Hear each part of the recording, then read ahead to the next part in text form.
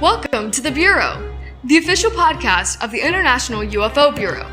Founded in 1957 and reimagined for today, we're fusing decades of discovery with next-gen tech to uncover the truth about unidentified anomalous phenomena. Join Executive Director Terry Keel, CEO Mindy Totfest, and Director of Research Melissa Madrigal. 3 generations, 1 mission: to investigate the unknown and bring the truth into focus. This is The Bureau.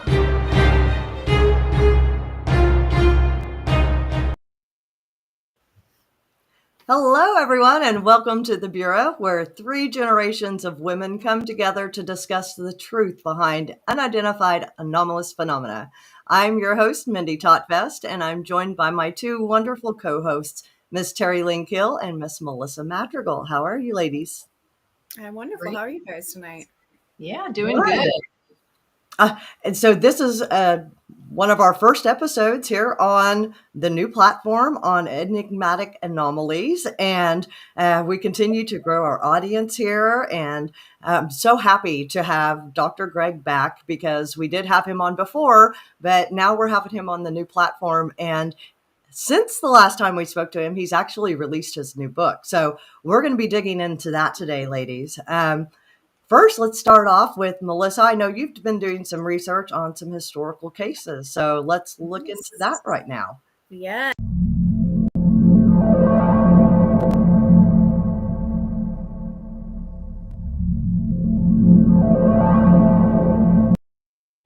On the night of October 21st, 1978, 20-year-old pilot Frederick Valentish took off from her airport in Australia for a short flight across the Bass Strait to King Island. This pilot had logged about 150 hours of flight time and held a Class 4 instrument rating, which allowed night flying only in visual meteorological conditions, making him an expert night flyer. As he cruised at about 4,500 feet, Valentish radioed Melbourne Air Traffic Control to report that a large aircraft with 4 bright lights was flying above him. He described it as a metallic, shiny orbiting around his plane, and then said almost breathlessly, "It's not an aircraft." For several minutes, controllers heard him describing the object's strange movements and the sound of his engine beginning to sputter. His final words were chilling. "That strange craft is hovering on top of me. It's hovering, and it's not an aircraft." Then came a burst of metallic scraping and a silence. Search crews combined the Bass Strait for days, but no trace of Valentish or his airplane was ever found. Decades later, only a single engine part washed on shore. Whether it was mechanical failure, disorientation, or something far, far stranger, the Valentish disappearance remains one of the most haunting mysteries in UFO history. Now, one of the things that I find incredibly interesting about this case is that a few days before he disappeared, he apparently had a conversation with his girlfriend saying, "Wouldn't it be so strange if I just disappeared from a UFO?" Really? And then days later, he does. So there's some questioning on that one, but it is one of the biggest mysteries in UFO history. It is. That's one that's constantly repeated. And I've seen several documentaries and mentions about the Valentish abduction or disappearance. I've never heard that before, Melissa, that he had talked to his girlfriend about that before. Yeah. So there's definitely some questions on whether he just wanted to disappear. So he turned off maybe his radar system, and in that year it was harder to track. So we don't know. We'll never know. No, we really won't. But it's interesting because they heard all that clatter, and it could have been that he freaked out and fear, but it also could have been that they had somehow or other notified him. I don't know, maybe through a dream, or maybe he was just feeling it. But it is really, really strange that he mentioned it and then it actually came to be. So, was it a connection there, between the extraterrestrials and he didn't even really realize it? Or was it that he was faking his death somehow, but I don't know. I think it's interesting. If people watching tonight have any ideas about that, jot them down. We'd love to talk to you about them. Yeah, absolutely. The next one is just as strange. It's in Italy. So on October 23rd, 1954, a routine soccer match in Florence, Italy turned into one of the most widely witnessed UFO events in European history. The event is often cited as Europe's Roswell moment. More than 10,000 fans and players at the stadium suddenly stopped watching the ball and began looking up. Hovering in the sky were shiny moving objects. Some described them as cigar shapes and other as glowing orbs that drifted silently overhead. The referee halted the game as the crowd stared in disbelief. Moments later, a strange silvery angel hair substance began falling from the sky, clinging to rooftops and power lines, and it said that those in the crowd tried to touch the angel hair and it disintegrated. Samples that reached laboratories quickly vanished when handled, and when scientists were able to confirm the filaments contained boron, silicon, and elements unusual for anything known at the time. To this day, no official explanation has ever been confirmed, whether it was a rare atmospheric event, a mass sighting of craft, or something else entirely. The Florence Stadium incident remains one of the most peculiar collective UFO encounters ever recorded. And that's just Europe. We got the next one is across the ocean in Canada.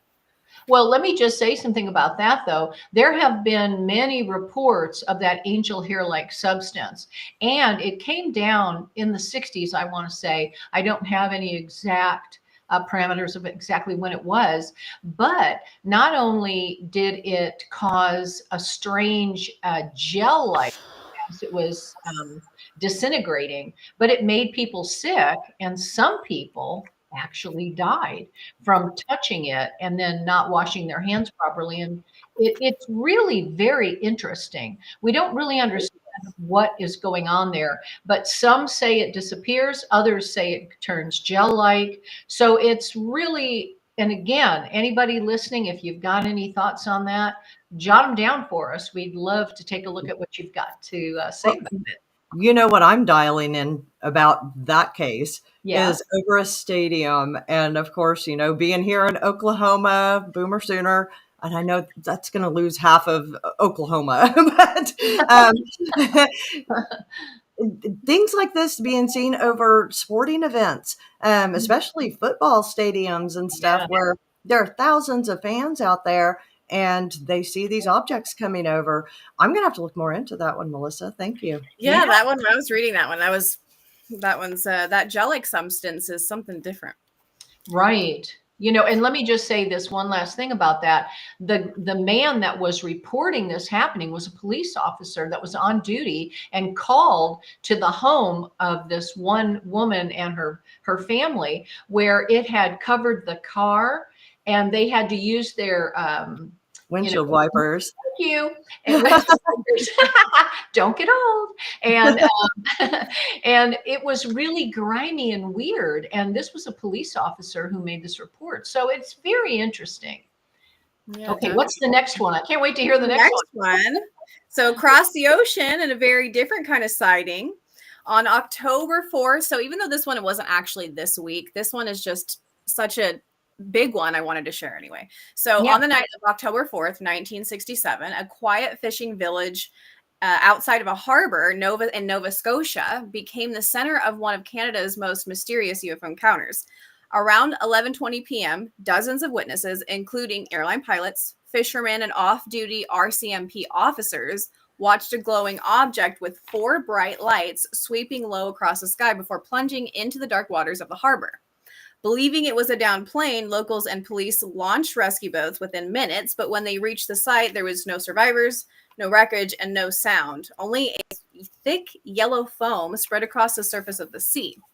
The Royal Canadian Navy and the Coast Guard divers searched the seabeds for days, yet found nothing. No aircraft was reported missing anywhere in the country, and government files would later label this event as simply as an unidentified flying object, unsolved. More than 50 years later, the Shag Harbor incident remains one of the most best documented UFO cases in the world, backed by official military reports, eyewitness testimony, and one haunting truth. Whatever fell into those waters that night was never found. Isn't that interesting? Yes. Very Well, crazy. and I know that there's people out there that are still doing dives and everything, going into Shag Harbor, trying to find remnants of whatever crashed that night. Yeah, they have a annual festival up there every year as well. And Yes. so that's one of the major ones. So I'm glad you included it this week, Melissa. Yeah, that Yes, one was an me exciting too. one. So Yeah. that wraps up tonight's look, I guess, into the 3 most interesting cases this week. Yeah, so that Awesome. was an ISO, not a UFO, really, because it went into the water. And it's becoming more and more prevalent that many of them do go into the water. So it's so interesting. And again, in our chat, if you've got any questions about Shag Harbor, let us hear it. We'd love to hear. Okay, well, I would like to move right along and introduce our guest because we are so happy to have him with us here on our new platform at Enigmatic Anomalies.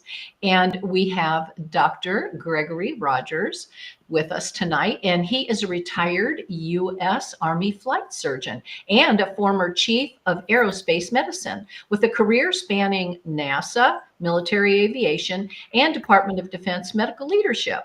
He's trained at Cape Canaveral in Florida, authored official DoD medical protocols, and lectured internationally on UAP legitimacy and aerospace safety.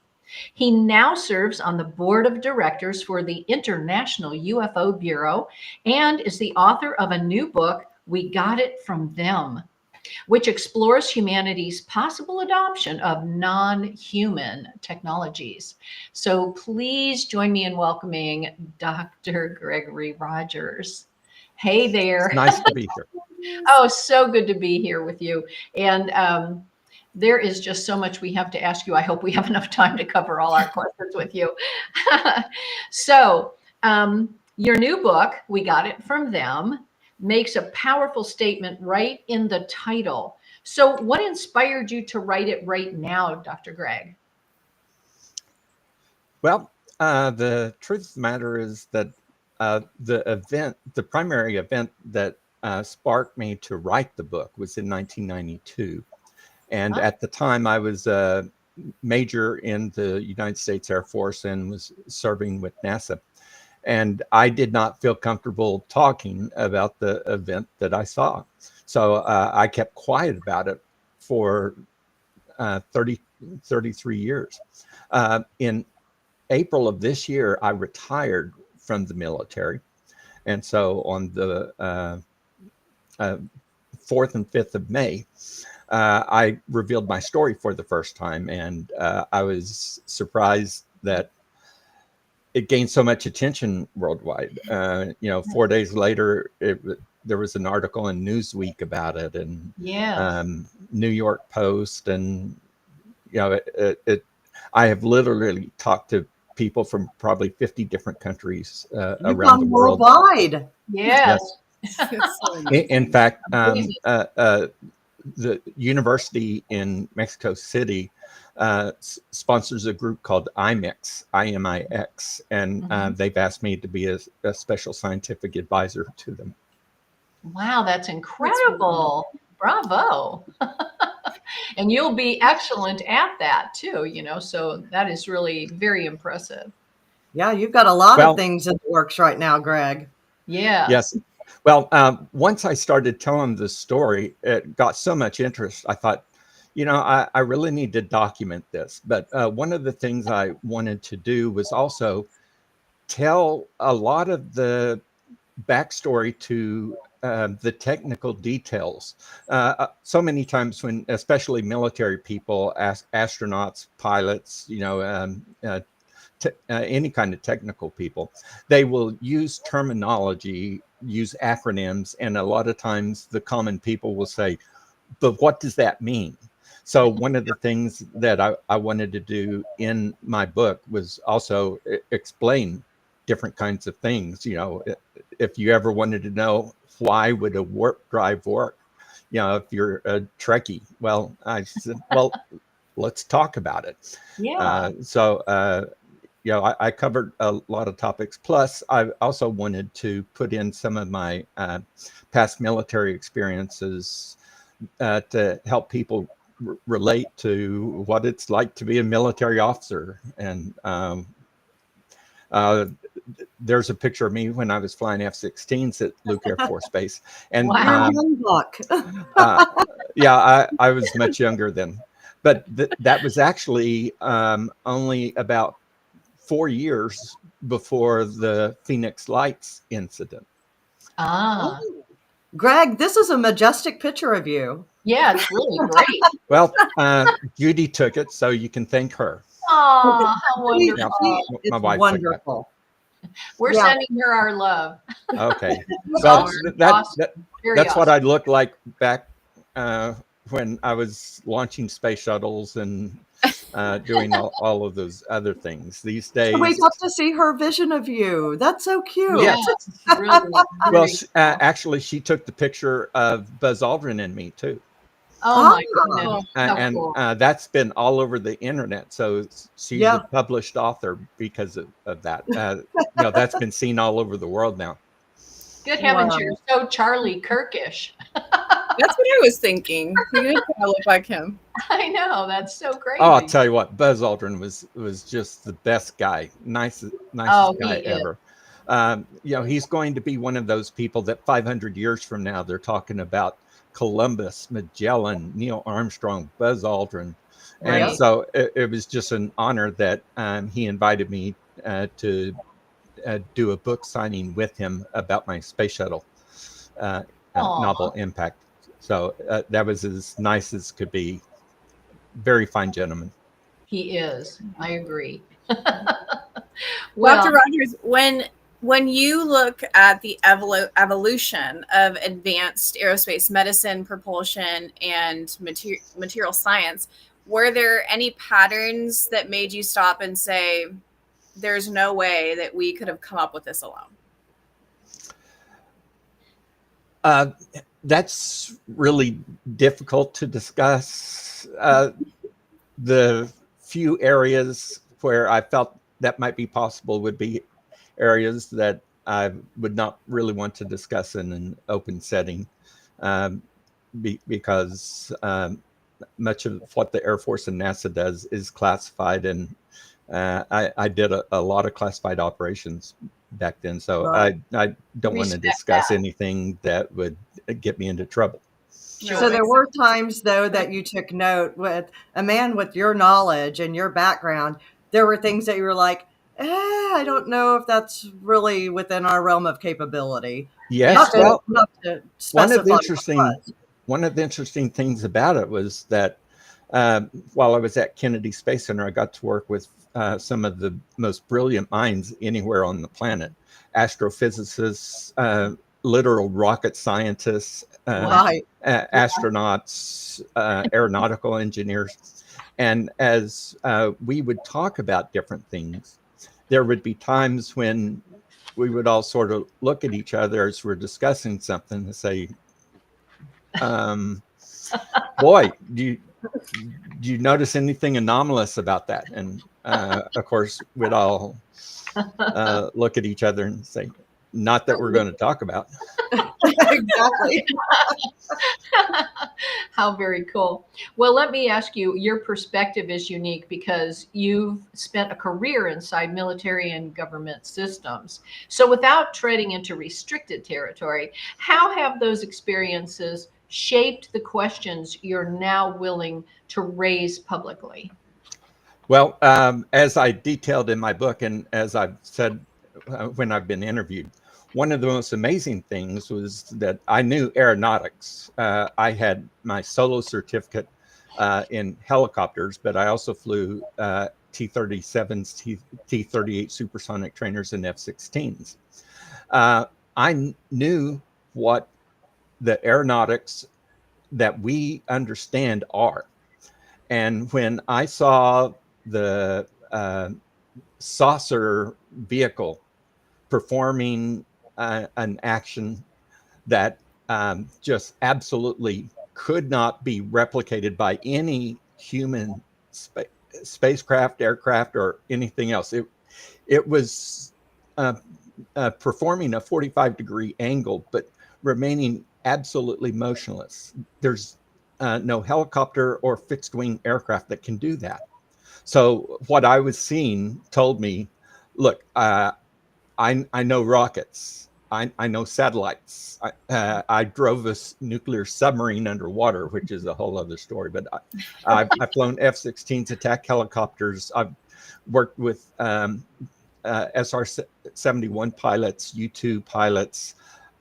And so I knew what I would consider virtually everything about basic aeronautics there are. And I knew that F-16 can't do that.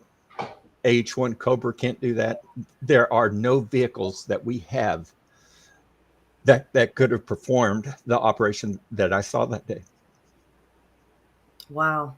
Yes. That's volumes. Yeah. Well, I know that people that are insiders like yourselves would probably have a difficult time balancing between what they know, what they think they can say, and what they feel the public deserves to know. So how Right. do you personally navigate that line while honoring all your past oaths and protecting national security at the foremost? Well, one of the things that I did while still within the Department of Defense was that I was an annual speaker at a special military conference called the Professional Development Symposium that the Navy held every April. And so after I had watched the hearings in November of 2023, and they were discussing the materials that the Navy had released, including videos and The Nimitz and all of many that. of the, yes, Yeah. and the pilots were actually discussing it, and it had been declassified. So I contacted the Navy commander who was in charge of the PDS, and I said, look, now that the Navy has admitted this, would it be possible for me to include UAPs and information about UAPs in my lecture? So he communicated with me several times, and then he said, I would need to see your slides first, but if you do it in a professional manner, we will let you do that. So I got that from him in writing. I sent my slides to him and to his professional people who were putting on the symposium, and they gave me a written document that I could speak on this. Just Right. to make absolutely certain, I sent a copy of it to the public affairs officer at the McAllister Army ammunition plant where I was working at the time, and then also over to Lawton, to the Army base there. And my leadership was through Reynolds at Fort Sill. So I had them review it and give me written authorization. So with 4 sets of written authorizations, I was able to actually give a lecture on the 24th of April, 2024, that included official descriptions of UAPs and information on how to watch for UAPs, any kind of injuries, and how to interview witnesses after a UAP incident. So I was officially cleared to speak about UAPs and did so to You the sure as Navy. heck did, Now, Greg. then what they did not know was that I wasn't telling the whole story. Something had happened to me back in 1992 that I had not discussed. And so there is still parts of the information of what I saw that day that I won't reveal because I would be concerned that I would be giving away information about the operation of the vehicle. But to describe that the vehicle was there and what it was doing, I felt comfortable doing that because, my oath of office was to protect and defend the Constitution of the United States against all enemies, foreign and domestic. Well, Congress is part of the federal government set up by the Constitution. So when they have said, we want military people coming forward and telling their stories, we don't want them to reveal classified data, but we want to hear their stories. I said, well, shoot, I can do that. So I have told my story Yeah, and on you paid the multiple price for it platforms. too. Yes, I don't want to go into details, but I Yeah, have we been don't have to. Right. Sure. remarkably harassed, Mhm. Yes. even including yesterday morning. Yeah. Um, Yeah. uh, some of the things they've done, it's not so much that I feel that my life has been threatened, but for the Yeah. people to be able to do what they did with electronic interference means, look, this isn't just somebody out there doing some funny little thing. The What they are doing um, was really scary. I'm concerned about it. But one of the things I've tried to do over the last couple of weeks is come forward and tell people this is what's going on, and they are doing this to me. And so I feel like about the only protection I have is to make it very obvious that if somebody does something to me, I have warned people that Right. I've been harassed. Right. Goodness, Gosh. Greg. Well, Yeah. I'll tell you, back to the presentation you gave. I'm so glad you did that, because that's whenever we met and you had sent it That to me. is. And I watched through it and I was like, oh, I've got to talk to this guy. And I was so excited to talk with you and just connect. And obviously, you became one of my favorite people. So, Well, um, one interesting fact is that you have trained many UFO investigators. Yes. And Yeah. part of what you have trained them in was some of the very same material that I was teaching the Department of Defense in that PDS Navy presentation. that's And incredible. when I talked to you afterwards, you said, this is similar to what I'm teaching my people. Yeah. And little did I know that one day I was going to be one of your people. Or One of the best. maybe I'm one of your people, Greg. But I think it's funny. I just wanted to make mention that they actually thanked you for your presentation Yes, afterwards. they And did. I have a letter from the commander who said, thank you for giving this. It was a professional presentation. So not only did I get authorization beforehand 4 times, I got a letter of appreciation after I had given that presentation. And I have to say that from the remarks of the people who were watching the presentation, it was extremely well received. Yes. Many people said, you've got to come back and tell us more. so are you going to? Is that in the Well, future? no, I'm not in the military anymore. So, Aw. I can tell them on the podcast like I'm doing now. So I can tell them those kind of things, but I can't do it Yeah. through the Navy symposium. Right. Ah. Hmm. But You the thing is, I'm still the same expert. I lectured for 8 years in a row. And so I was a recognized expert in a lot of different things. I spoke about epidemiology. I spoke Yeah. about introduction to military explosive and weapons systems for medical personnel. One of the problems is that if you stay in the hospital all day long as a doctor, and you're taking care of a pilot, and he comes in and says, oh, what we were really having some trouble with our AIM-9s. Well, if you don't know what an AIM-9 is, you look kind of silly. But if as a flight surgeon, whatever my pilots did, I did. So I could say, oh, really? You were looking at the infrared seeker head, maybe, and you say, "Well, yeah, that's what it was."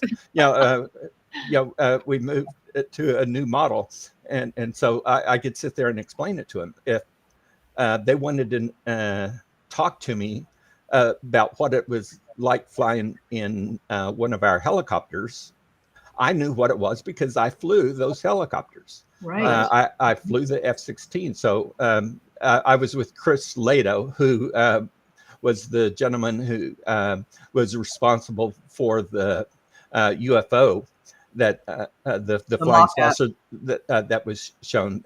Yeah, I think his son digitally made that up, and he was a former F-16 pilot. So when I spoke with Chris Lato, it was just great, because it's just like me and my pilot, and for him it was him and his flight surgeon. So we had a great time when I was talking to Chris Lato. Oh, Wow. how very cool.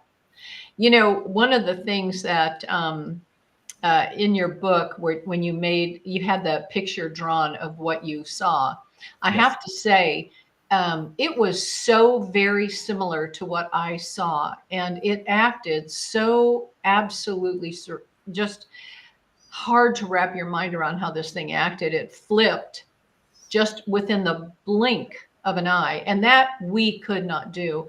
And at that time in 1979, and it had that little hood on the top like yours did. Yeah. Mine was silver, and it had a blue light running through the center. Yours had some kind of lighting device in it, and it helped me validate what I saw, because a lot of people that experience these things are just so traumatized by it. And you actually feel like maybe there's some kind of like, what's wrong with me? How could I have seen that? But it's really there, and you really do experience that, and it's just very difficult to deal with, as Well, you it's do. not like you had a cell phone back then that you could just Oh, get yeah. out and try to take a picture real quick. And Well, Right. an additional factor was that a lot of times things can happen quickly. You don't get a good view of it. In my case, I was sitting there looking at the flying saucer, and I was watching it being maneuvered. And mine was, I'm sure it was a reproduction vehicle based on an actual UAP. Right. So if the UAP you saw was what they based I the know. reverse engineered craft I saw, then Right. they were actually related. Exactly. And I often thought it was small, like what you saw. So they were recreating then what I actually saw in 79. And, it's just so Terry, were you in Florida then? I was in Florida, right? So it was down by the Cape It where was Yeah, that's where I saw it, at Cape Canaveral Air Force Station. Well, and that's just it. And, I was only maybe 30 minutes, 35 minutes from MacDill Air Force Base. And so I knew that this was not ours. Even though I didn't know much about anything back in those days, nobody could take a craft and flip it like that before you can even blink. No noise, nothing. And Yes. this thing shot off and stopped, and something came from underneath it. And I know, I mean, I'm not the brightest star in the sky, but I'm not stupid. And I knew that nothing that we had could have a ball of fire exit from the bottom of it. So I don't know if that was a power source or how that all worked, but it sure was interesting. And I want to ask you, as readers go through your book, because I know a lot of people are going to have a lot of questions. What do you hope they pay the closest attention to? The timelines, the technologies, or the implications for what humanity may have quietly integrated into our world? I think the most important part is that you have to put it into historical perspective. Yeah. We, in our day, are seeing these craft. You Yeah. saw it Right. yourself in the 70s, but Right. we have literature going back 2, 3, 4, 5,000 years, and they were describing the same events. We have drawings that are ancient, and they still show the same kind of craft that we're witnessing now. And so Mhm. we should not have our historians calling those people liars and say that's not what they saw. Hold it. They drew a real good picture of it. That's what they saw. In fact, I drew a picture of what I saw. You can draw a picture of what you see, but we have it recorded on FA-18 Super Hornet gun footage, and visible light, infrared, and radar tracking that is very advanced. And so when we have all of this evidence for thousands of years, and millions of people that are alive right now have seen these things, the most important thing is to say, yes, it's really real.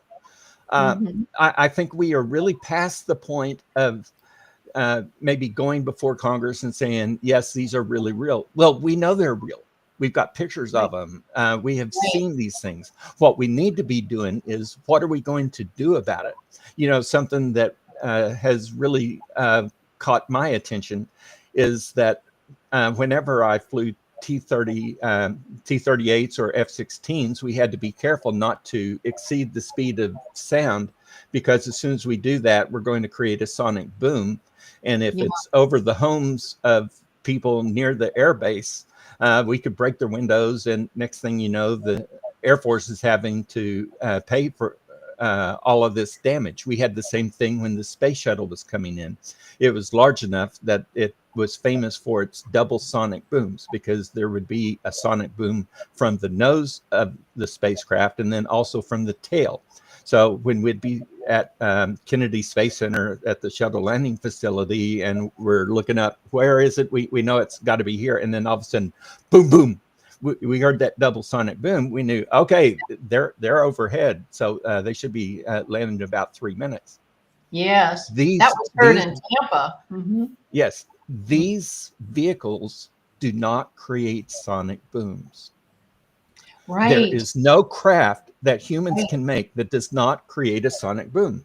Right. Dr. Greg, did you ever go look up Project Bongo? We talked about this before. Oh, I guess I forgot to do that.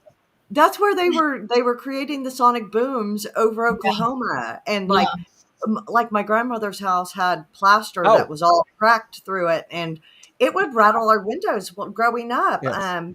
Even into my teens, remember. So that would have been in the 80s and 90s that was going on.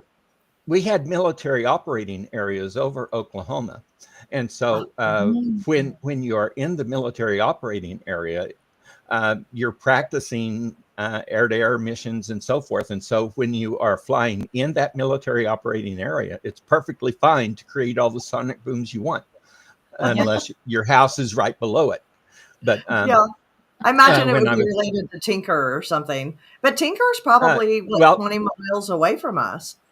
Yeah. Yes, but you also have to think there's an air base, Vance Air Force Base up at Enid, and they fly supersonic T-38s. When I was out at Luke Air Force Base flying the F-16s, we would go to special military operating areas, and then we would sort of take a detour and happen to fly down through the Grand Canyon.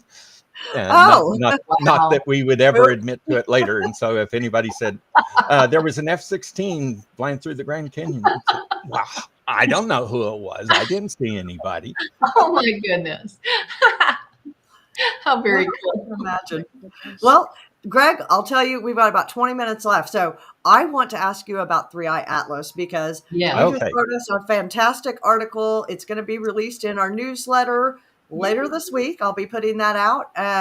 And so we want to turn to your thoughts on it, because it's getting much closer to the closest flyby. Perihelion. Yeah. Well, Dr. Avi Loeb has talked about a lot of the anomalous things that have been found about it. Its trajectory, it's flying within 5 degrees of the ecliptic, or our solar system. It's flying past 3 planets as though it was on a design pattern. He has brought out all of those things. But one of the things that I thought of is that when I was with the space shuttle, with the space program, we were launching satellites. We were launching unmanned vehicles. I flew F-16s. All of these things have nickel alloys, special nickel alloys, to give them strength and lightweight, and also in space it's non-corrosive. Now, one of the things we did not use was iron.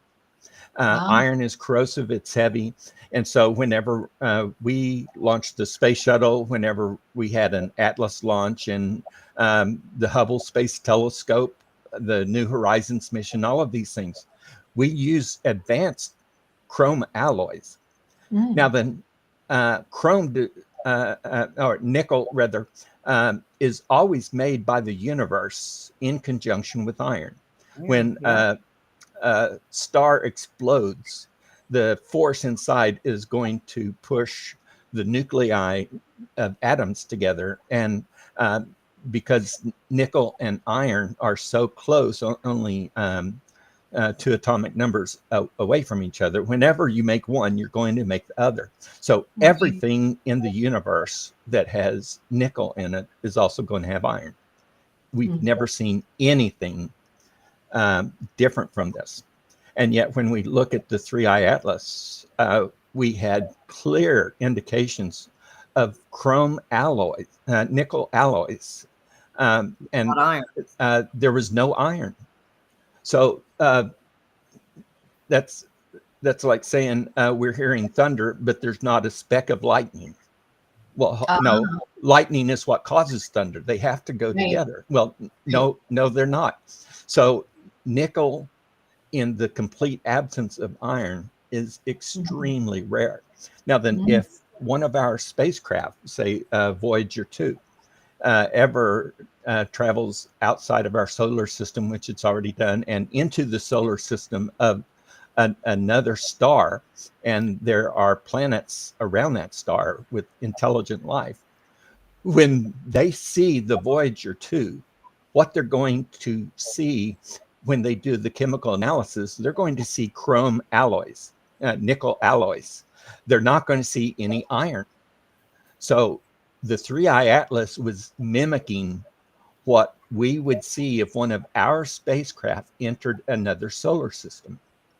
So the nickel alloys would absolutely be present, but there would be no iron whatsoever.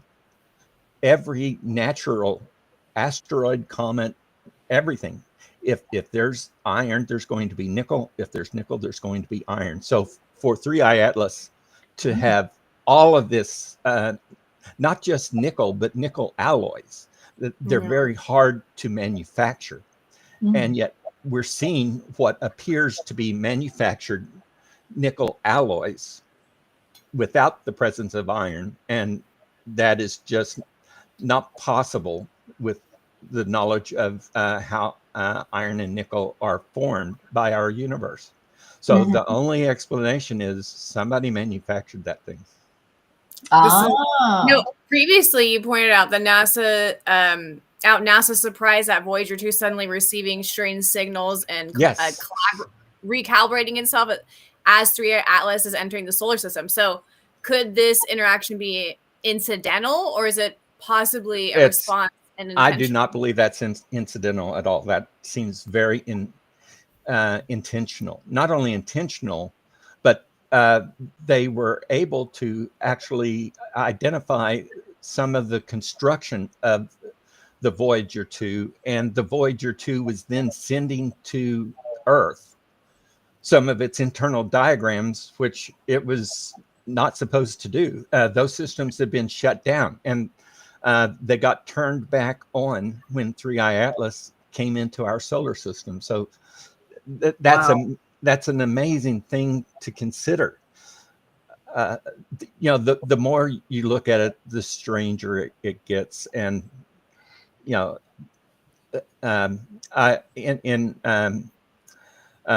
one book that I made about God, I was talking about the lack of coincidences. And so I said, when you look at the universe, you can see that it's made by God because there are chiral centers that should be 50-50, but they're not 50-50. They're 100% and 0%. So I used the illustration of flipping a nickel. If you flip a nickel and it comes up heads, you say, okay, 50-50 chance. So you flip it 10 times and it comes up heads every time. Now then you flip it 1,000 times. Exact same example on my website. That is Yes, so funny. and so there's no explanation for randomness there. That's not random. You flip it 1,000 times, it comes up heads every time. That Right. nickel has been altered. It has been manufactured to where it is going to give you a specific outcome. And so when something is created like that, that means there was a creator to do it. Yeah, there you go. Pretty self-explanatory there. Let me ask you, the fact that the Voyager 2 briefly glitched and began transmitting unfamiliar data when 3i Atlas came near kind of raises eyebrows, you know. So what do you think it was detecting? And do you believe a data exchange could have occurred at that point? I think a data exchange had to have occurred.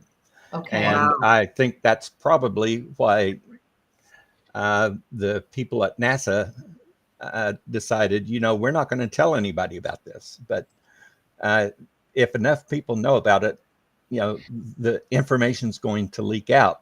And that information has been made public now. And that is something that is absolutely impossible until it happens. Mm-hmm. And so if it happens, something made that thing happen. Right. That's not a random event. Right. Wow.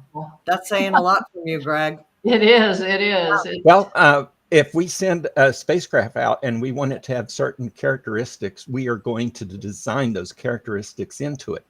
We're going to have to figure out, okay, what's the schematics for it? How are we going to power it? How's that information going to be transferred by telemetry? So we have to plan all of those things. Well, Right. when we see something else that is showing the same degree of patterns that we would plan for, you have to say, okay, that's not random. Somebody did it. Mhm. So what are you expecting to see when this thing hits perihelion? What date is that? It's coming up It's here. going to be the 29th and 30th. Yeah. It's going to happen on the other side of the sun, so we're not going to be able to see it. Now, if it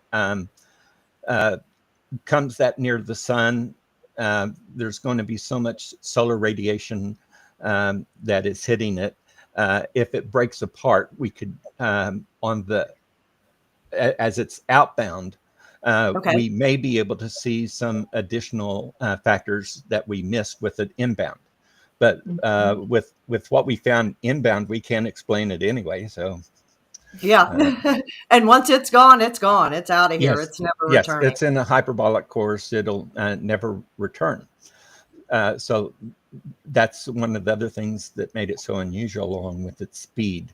It's sped through our solar system like nothing we've ever seen before. Literally, we've never Right. seen anything like it at moving at those speeds. That is just something. Yeah. We'll be putting out your article here, like I said, in the week with through the newsletter. Okay. And so if listeners are listening right now and you're not subscribed, go to internationalUFObureau.com and subscribe, and you'll be getting Yeah, all of Dr. Greg's thoughts on the 3i Atlas. And yeah. Greg, If you have questions about it, you need to read that article. Yes. yes, Absolutely. you did excellent. Thank you, Greg. And for Yeah. listeners who want to explore more about your theories and they want to learn more about your sighting back in 1992, where can they get a copy of We Got It From Them? Well, it's on Amazon. So, we got it from them. The reason I did that was that when I was shown the video, I looked at this saucer and I said, why on earth did we end up creating something that looked like that? And the gentleman who was showing it to me pointed up with his thumb and said, we got it from them. Mm-hmm. So, there's no question who the them is. Right. But Yeah. I couldn't come up with a better title than that. So we got it from them. It was perfect. Yeah, it really was. There's so many of us. We had Dan Harari on last week, and one of his He was great. talks about them. I have my book, obviously, that has them, and then yours includes them. And I believe Whitley Strieber actually put out one just titled "Them." So it seems like that's kind of where we're all going. How do we describe them? It's them. Yeah, it's Well, not us. That we're sure of. UAPs, UFOs are mentioned in the Bible, so God put it in His book Right. too. Right. Exactly. Yeah, Clouds that aren't that's another clouds. discussion for another day. We're gonna have to bring you Yes. back to discuss Yeah, that absolutely. Oh, and kind of what you found in that. I can keep talking. Oh, I Oh, know, we and love you're it. We brilliant, Brett. love it. We love you. Yeah, absolutely. Well, it's just a Well, pleasure to speak with you, ladies. oh, Yes, thank you, Greg. Yes. And I'll probably call you later tonight or Judy or something Okay, well, and call me bother you. something nice. always. Yeah. All right, Melissa, I believe we have an audience prompt. We Yeah. do. So, for the guests that are watching, do you believe humanity's biggest breakthroughs came strictly from our own innovation, or do you feel it's safe to say and consider the possibility of outside influence? Yeah, leave that comment. That's Well, a I mean, if great, they've listened to anything that Dr. Greg had to say today, right. I know which way I'd be leaning. Yeah, exactly. Really. And, next week, our guest is going to be Carrie Cassidy. She's the CEO of Project Camelot. That's Wednesday, October 29th at 7 p.m. Central, right here on Enigmatic Anomalies. And she is going to be celebrating 20 years inside the shadows. She has been doing what she's doing all this time. And we're just so very proud of her. She always does this, what she calls guerrilla style reporting. And I want to hear all about that. And Carrie Cassidy, Unfiltered, what 2 decades and thousands of interviews has taught her. Plus, we will discuss 3i Atlas again and the updates that she may have for us. So we really look forward to having Carrie on. And what a great woman. She has been hanging in there a very long time in She's ufology. a pioneer for all of us ladies in I ufology. know. My Yeah, goodness. she kind of paved the way, along with you, Terry. Oh, yeah. The boomers, like Dr. I Yeah. couldn't have three better mentors by my side. Aw, yeah. Well, Well, you get smarter when you listen to smart people. Oh, my Yes, goodness, true. the knowledge that comes out of the three of you, I could sit on the phone and just listen for hours. Aw. well, it helps that we're all such good friends and we all Yeah. really care about humanity and we want Yeah. to bring this topic to the forefront.